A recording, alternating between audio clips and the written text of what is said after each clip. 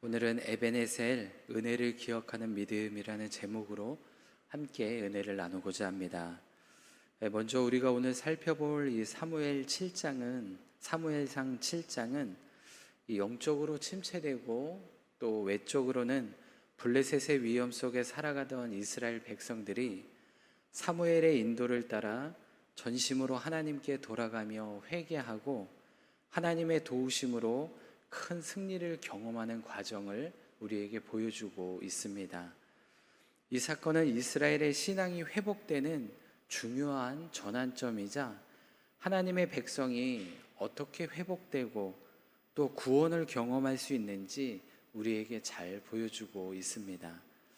먼저 좀 구체적으로 살펴보면 1절부터 4절까지는 이스라엘의 회개 장면이 나옵니다. 하나님의 법궤가 블레셋에서 되돌아온 후 기럇 여아림에 20년 동안 머무르게 되죠. 그 오랜 시간 동안 이스라엘은 영적으로 탄식하며 하나님의 얼굴을 구하고 있었지만 사실 그들의 실제적인 삶은 우상들을 섬기고 있었음을 알 수가 있습니다. 이때 사무엘은 백성들에게 4절에서 이렇게 말을 합니다. 너희가 전심으로 여호와께 돌아오려거든 바알과 아스다롯을 제거하고 마음을 다하여 여호와만 섬기라. 이에 백성들은 우상을 버리고 여호와만 섬기기로 결단을 합니다. 이처럼 참된 회복은 우상을 버리는 데서부터 시작된다라는 것을 우리에게 보여주고 있습니다. 이어서 5절부터 11절까지는 미스바에서 회개와 하나님의 구원의 사건이 기록되어 있습니다. 이 사무엘은 백성들을 미스바에 모여 금식하게 하고 하나님께 회개하며 기도하게 이들을 이끕니다. 그래서 이스라엘은 6절에 우리가 여호와께 범죄하였나이다 라고 고백하며 하나님 앞에 겸손하게 엎드리게 되죠. 그런데 바로 그때 블레셋이 이스라엘을 공격하려고 올라오자 백성들은 두려움에 빠지게 됩니다.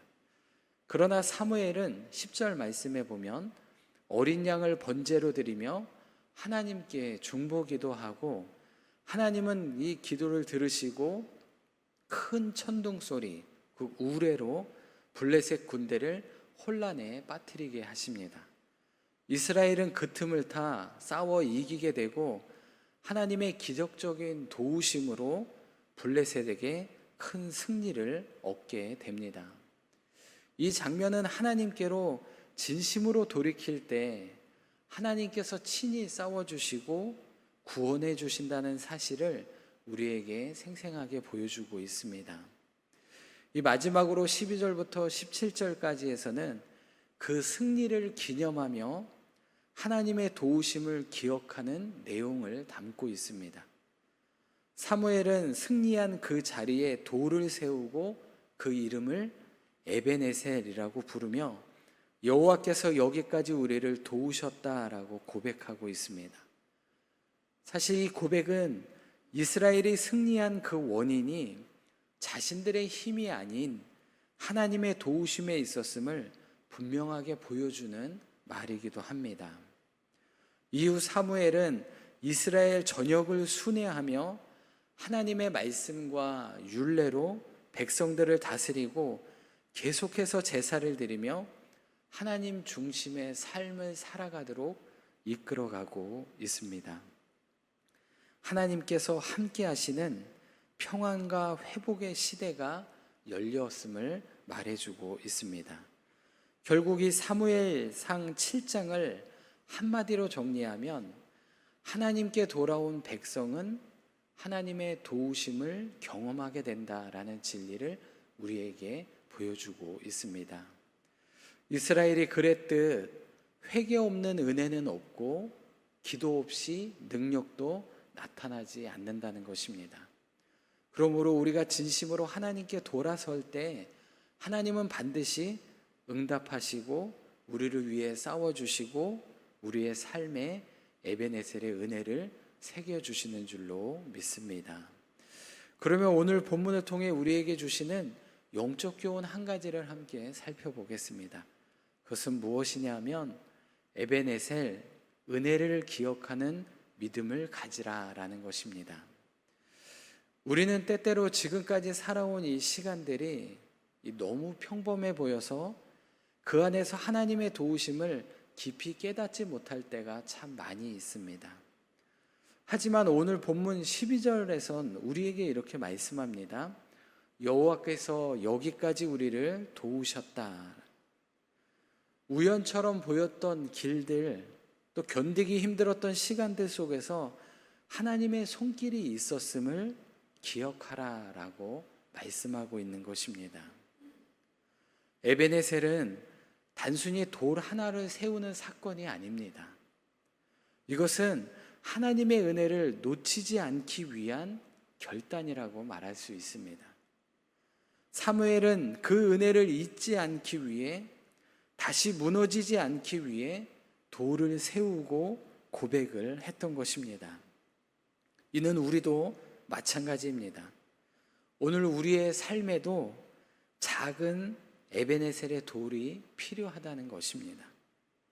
그것은 누군가의 기도일 수도 있고 힘들 때 우리가 붙잡는 하나님의 말씀이 될 수도 있고 힘겹게 나온 오늘 우리의 예배일 수도 있습니다.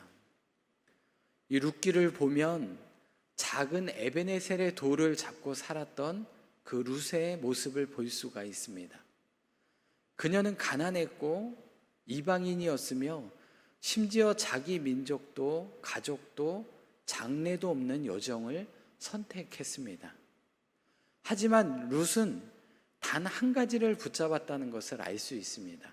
룻기 1장 16절에 어머니의 하나님이 나의 하나님이 될 것이라. 이 말 한마디가 룻의 에베네셀이었던 것입니다. 룻은 그 결단을 기억하며 살아냈고 모든 것이 불확실한 그 밭에서 낮은 자의 자리에 머물렀습니다. 그럴 때 보아스는 그녀에게 이렇게 말을 합니다.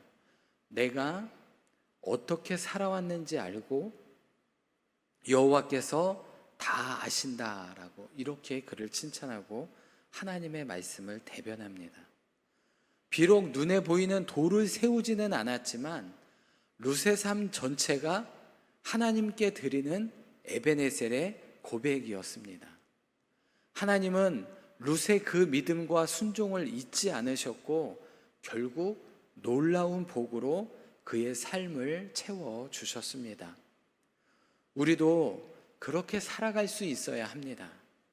삶 속에서 세운 믿음의 고백 앞에서 다시 이렇게 말할 수 있어야 하는 것입니다. 하나님이 지금까지 도우신 줄로 믿습니다. 그러니 앞으로도 도와주실 줄 믿습니다. 하나님의 은혜를 기억하는 이 믿음은 미래를 향한 확신으로 이어지는 것입니다. 상황은 여전히 어렵고 기도는 아직 응답되지 않았더라도 지금까지의 은혜를 기억하는 사람만이 앞으로도 인도하실 하나님을 신뢰할 수 있는 것입니다. 오늘 하루를 시작하면서 우리 마음에도 이 에베네셀을 세우시길 바랍니다. 말씀을 붙들고 감사의 고백을 새기며 하나님이 앞으로도 선하게 인도해 주실 것이라는 그 믿음으로 하루를 시작하시길 바랍니다. 그럴 때 분명 하나님의 그 놀라운 은혜가 또 놀라우신 인도하심이 우리의 삶 가운데 이루어질 줄로 믿습니다. 그 믿음을 가지시고 오늘 하루를 시작하시는 저와 성도님들이 되시기를 소망합니다. 기도하겠습니다. 하나님 아버지, 오늘도 우리에게 말씀을 주시고 지금까지 인도하신 주님의 손길을 돌아보게 하시니 감사를 드립니다. 여기까지 인도하신 그 은혜를 기억하게 하시고 앞으로도 주님만을 의지하며 걸어가게 하여 주옵소서.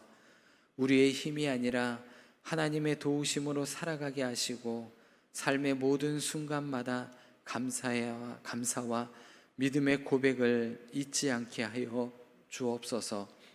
오늘도 내일도 에베네셀의 고백이 우리의 삶의 중심에 새겨지기를 원하오며 예수 그리스도의 이름으로 기도드리옵나이다. 아멘.